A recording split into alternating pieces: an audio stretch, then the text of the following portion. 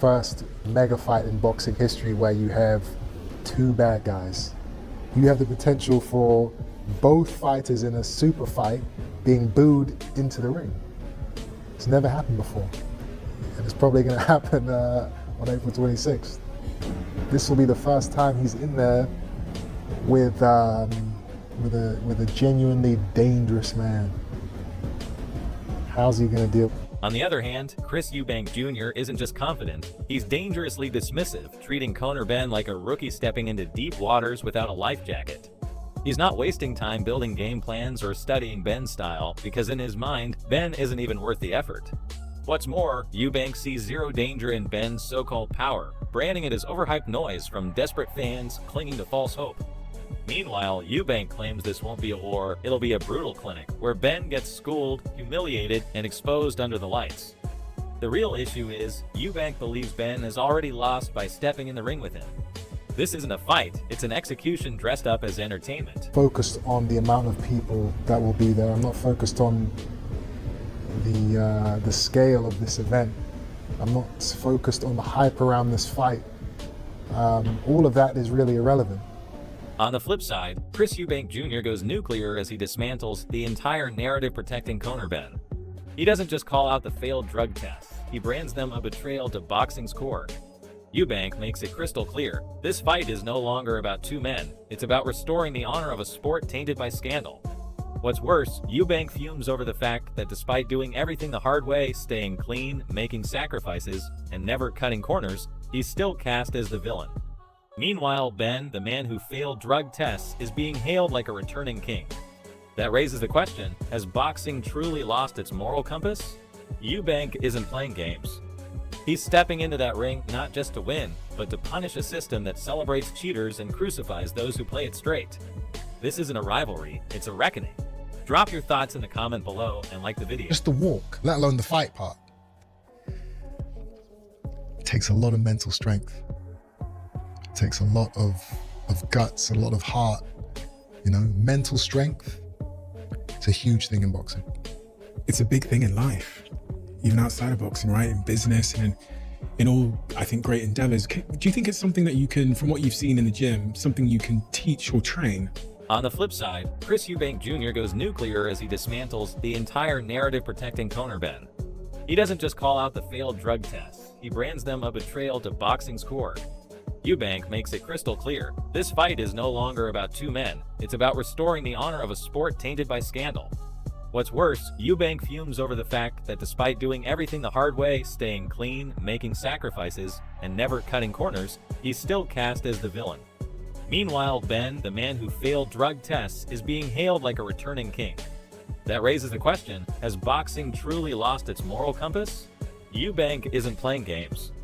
He's stepping into that ring not just to win, but to punish a system that celebrates cheaters and crucifies those who play it straight. This isn't a rivalry, it's a reckoning. Drop your thoughts in the comment below and like the video. Yeah, I think the difficulty for Conor Benn in this fight is the weight and is the size. I think he's a better fighter. And I think at a natural weight class, he's a big favourite in the fight. But coming up 2 weight classes, it makes it a 50-50 fight. And without a doubt, Tony Sims understands the emotional gravity of this war. It's been simmering for over 2 years, and now it's ready to explode on the grandest stage. Meanwhile, Conor Benn has been quietly evolving into something far more dangerous than what fans remember. Sims claims Benn isn't just prepared, he's transformed, physically and mentally, into a far more ruthless operator. On the flip side, this battle goes beyond just 2 names. It's a legacy feud drenched in pride, pain, and unfinished business. Not only that, the looming shadows of Nigel Benn and Eubank Sr. bring unbearable pressure that few could survive. What's more, both sons are expected to walk in at their absolute prime, not just to win, but to make a statement that echoes through generations. The truth is, egos will clash, bloodlines will collide, and the emotional toll will be massive. When that bell rings, it's not just pride on the line, it's identity, redemption, and legacy. Ben, I think he's great value. I think he's like the perfect guy to build such a big fight, and Chris just winds him up. And yeah, I honestly, I would say if I was, but I would say a 3. Yeah, in terms I of, believe yeah. that. I mean, you could easily bullshit you. On the flip side, Tony Bellew isn't holding back. He fuels the fire of this rivalry with unfiltered passion. Going all in for Conor Benn, he praises the young fighter as a battle-hardened warrior who's been forged in the fires long before stepping into the pro ring. But when Chris Eubank Jr., his name comes up, Belou's tone shifts, dripping with disdain. He doesn't mince words. Eubank isn't charismatic. He's calculated and arrogant. To Bellew, Eubank's press antics aren't bold, they're ego-driven theatrics. Eubank, in Bellew's eyes, isn't fighting for legacy, he's performing for the spotlight. Meanwhile, Bellew's loyalty to Benn runs deep. It's not just professional, it's personal, like a fighter watching family step into battle. The bottom line? This isn't just a rivalry, it's a clash of respect versus reputation. Bellew has made it crystal clear where his allegiance lies, and he's not afraid to show. Conor's his dad's son, and his dad's exactly the same. And the Eubanks and the Benns, they know each other's strengths and weaknesses, and so there'll always be that family rivalry going on. And so, Chris's aloof personality, riles Conor, like his dad did, with their dads did. So he knows exactly what. Meanwhile, Don Charles doesn't mince words in his assessment of the fight. While he tries to downplay it as a 50-by-50 matchup, the truth is undeniable. Chris Eubank Jr. is operating on a level far above Conor Benn. The talk of age and weight?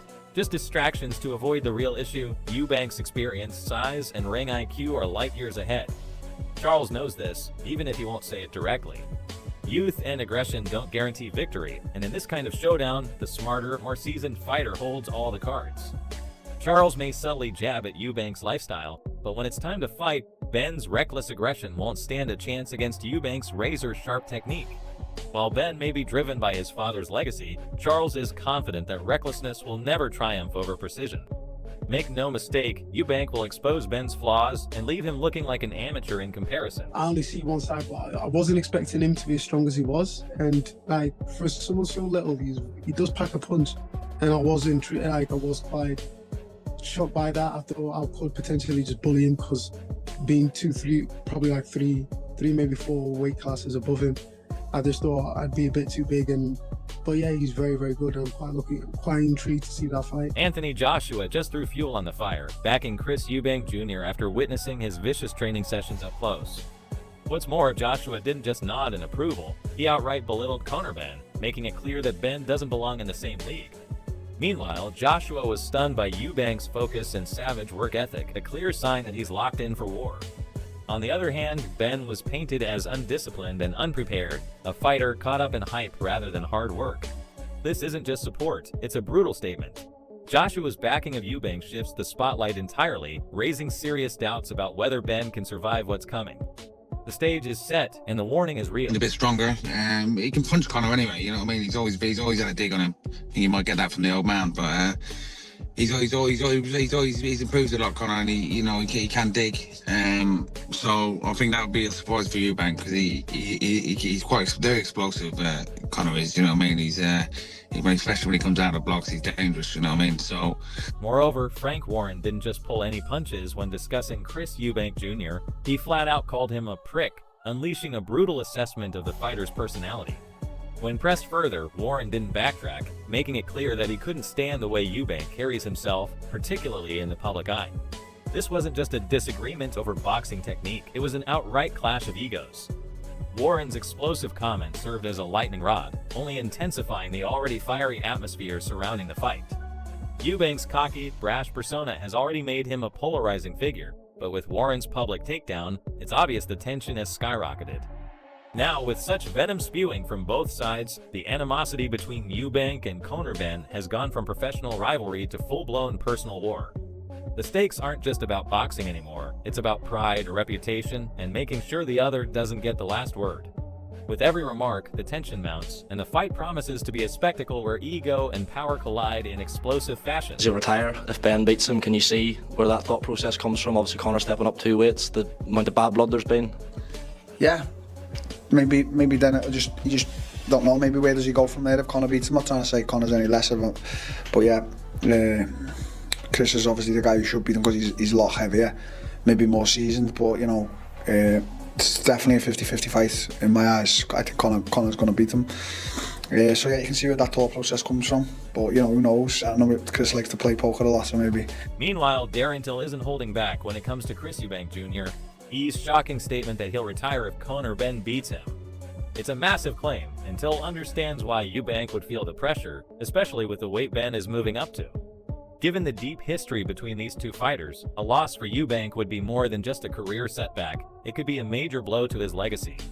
But here's the twist, Till doesn't see Eubank as the clear favorite. In fact, he considers this fight to be a true 50-by-50 battle. Eubank might have the size, experience, and durability on his side, but Ben brings an explosive, unpredictable aggression that could pose serious problems for Eubank.